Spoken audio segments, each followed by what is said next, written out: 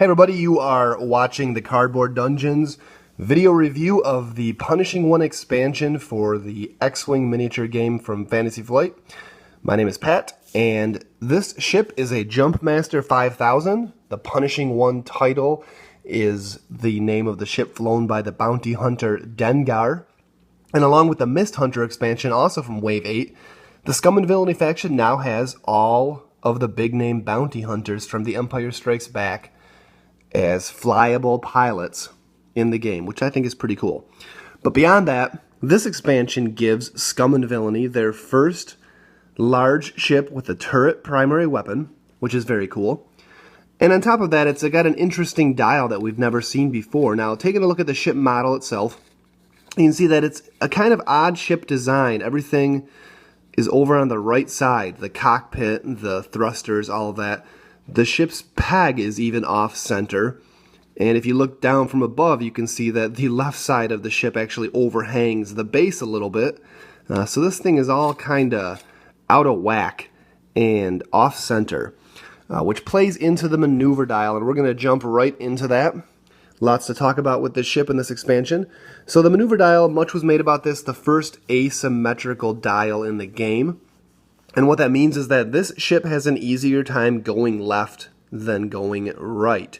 So looking at the dial, you can see that it's got green on the left speed 1 and speed 2 straight, bank, and turn maneuvers, where those maneuvers going the other way are white, the banks and turns.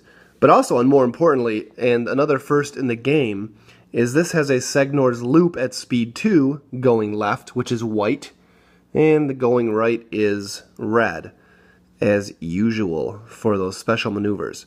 So white special maneuvers are always a big deal in X-Wing. We haven't seen one for a while. We had the white K-turn on the TIE Defender a while back.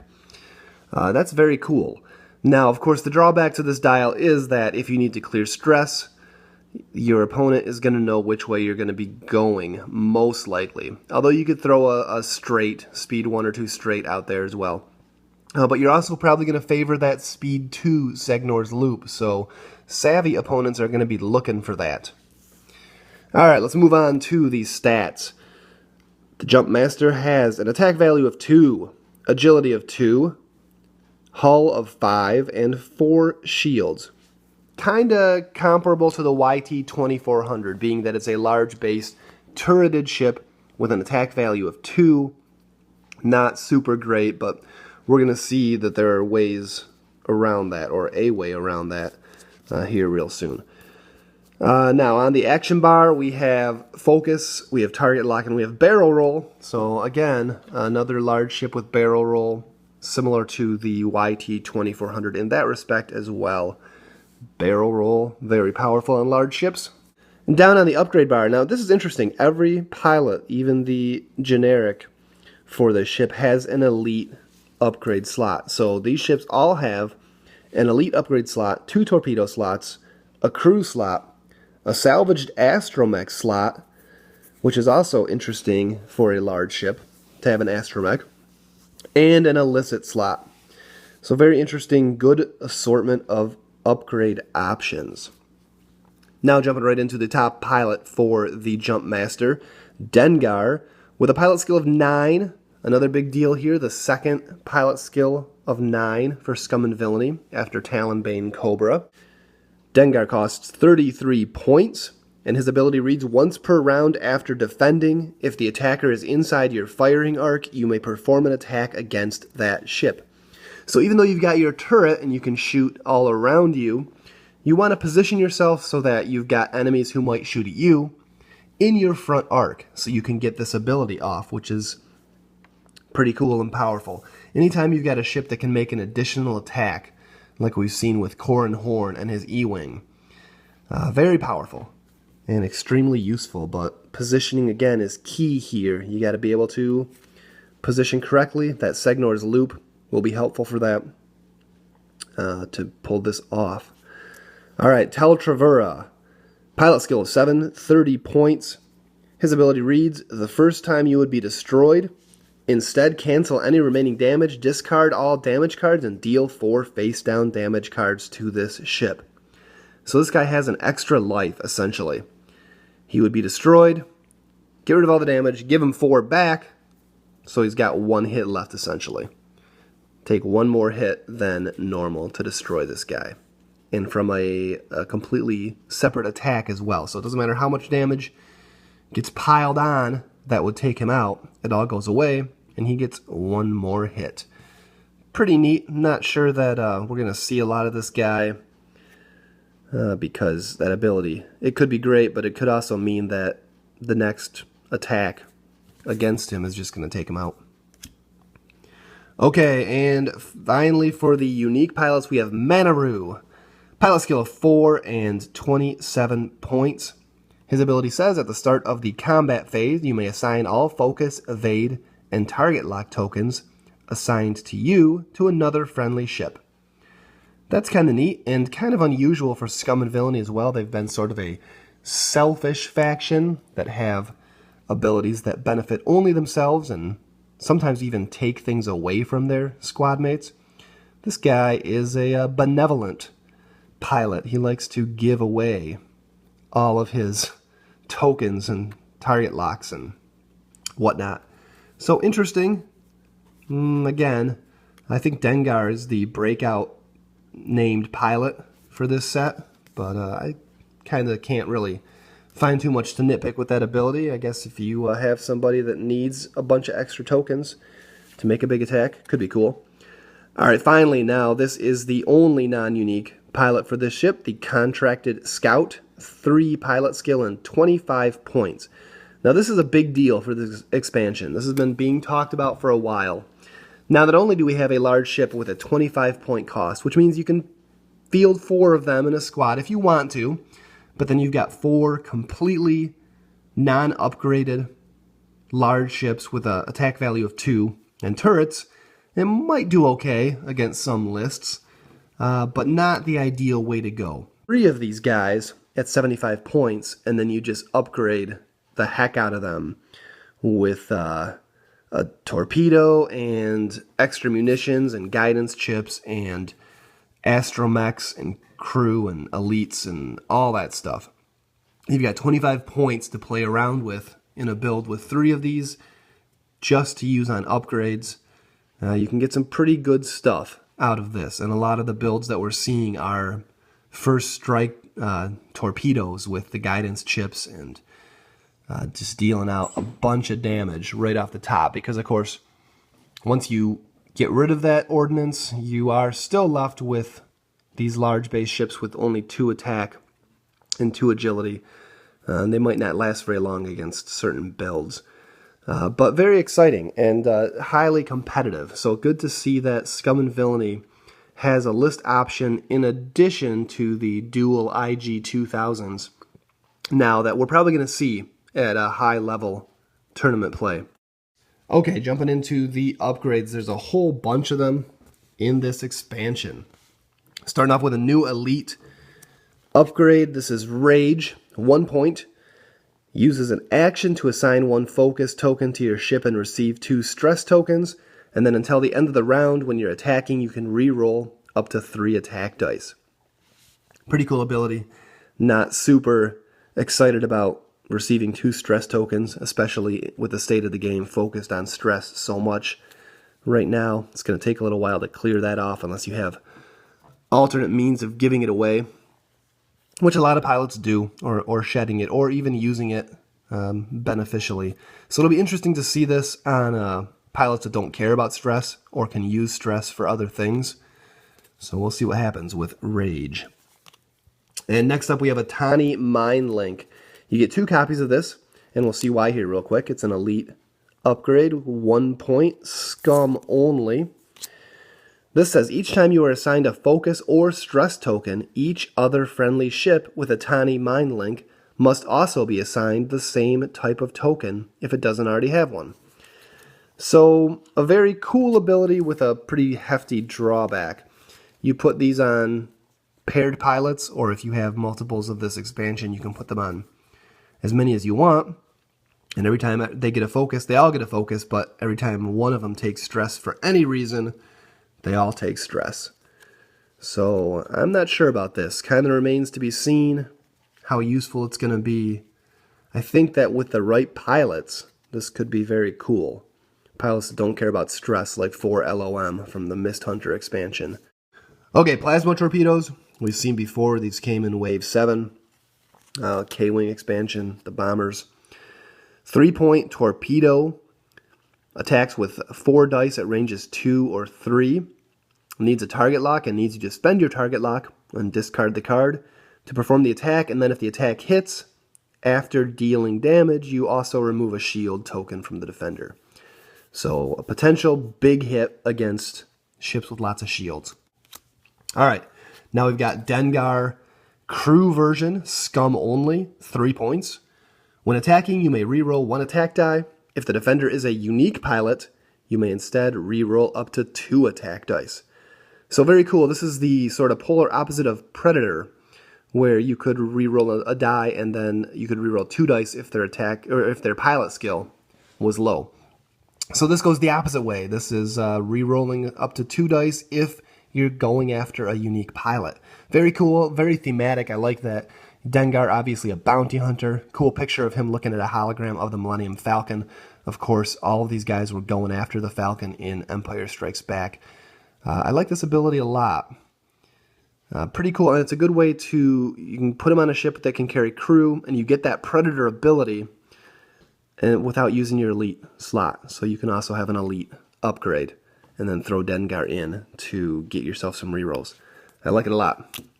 All right, this is a big deal. Boba Fett crew version, designed by 3-time world champion of X-Wing Paul Heaver. This is a scum-only crew, of course, with a cost of 1 point. After performing an attack, if the defender was dealt a face-up damage card, you may discard this card to choose and discard one of the defender's upgrade cards. This is super crazy. This is the first time in X-Wing we've had a way to get rid of any upgrade card on an opponent's side of the table that you can control. And this is, it's a big change to the game. I don't know if you know, guys, but X-Wing has had a sister game, Star Trek Attack Wing, for a while, put out by WizKids, but it used the same system. And one of the big complaints about that game was that WizKids didn't do the level of playtesting that Fantasy Flight does with X-Wing, and that game got broken super fast. And one of the big things that people hated about it was that there were multiple cards that would get rid of cards on opponent ships and could cripple them massively.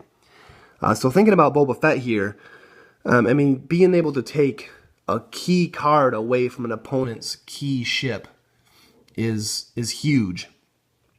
And you could take away the power of an entire ship. Think about taking a twin laser turret off of a Y-Wing, for example, or auto thrusters away from any arc dodger, or push the limit away from Soontir Fel and take away his ability to easily access his special ability, in addition to getting the pile of tokens every turn, which is the way to play that guy, and several others in the game too.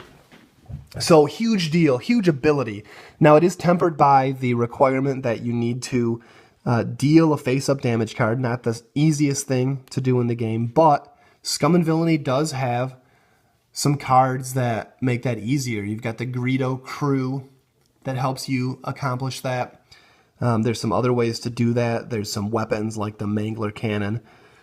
So you pair Boba Fett up correctly on a build, and you can make it so that you can get this ability off fairly reasonably.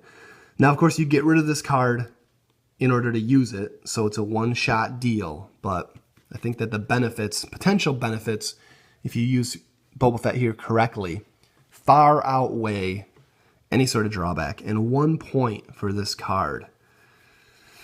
I don't know. We're gonna see a lot of this, I think, and it's definitely a huge boon to Scum and Villainy to have the only card in the game, the only method in the game for stripping an upgrade card away from your opponent.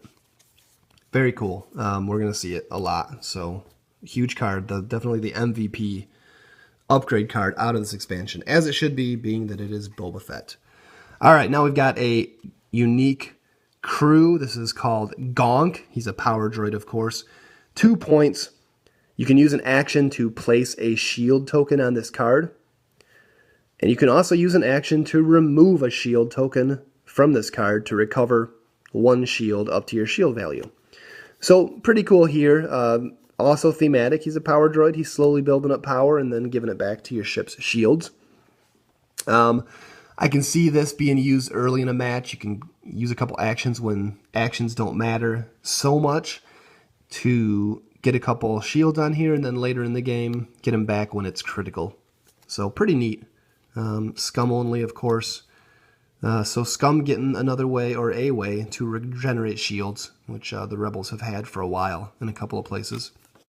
All right, now we've got yet another unique card. This is R5P8. He's a Salvage To Astromech with a cost of 3. Once per round after defending, you may roll 1 attack die. On a hit, the attacker suffers 1 damage. On a critical result, you and the attacker each suffer 1 damage. So, pretty cool.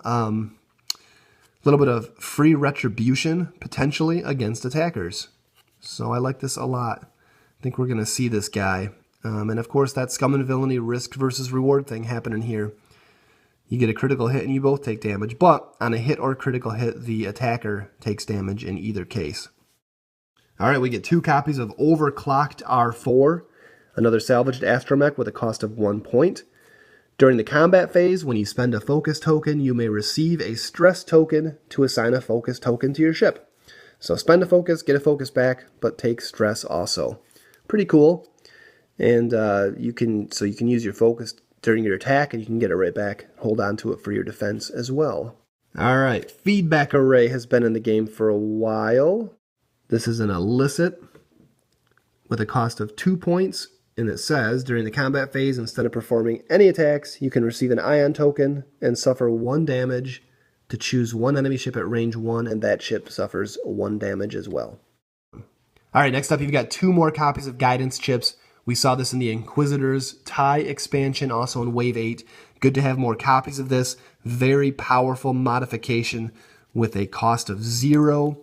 Helping out missiles and torpedoes a great deal in the game.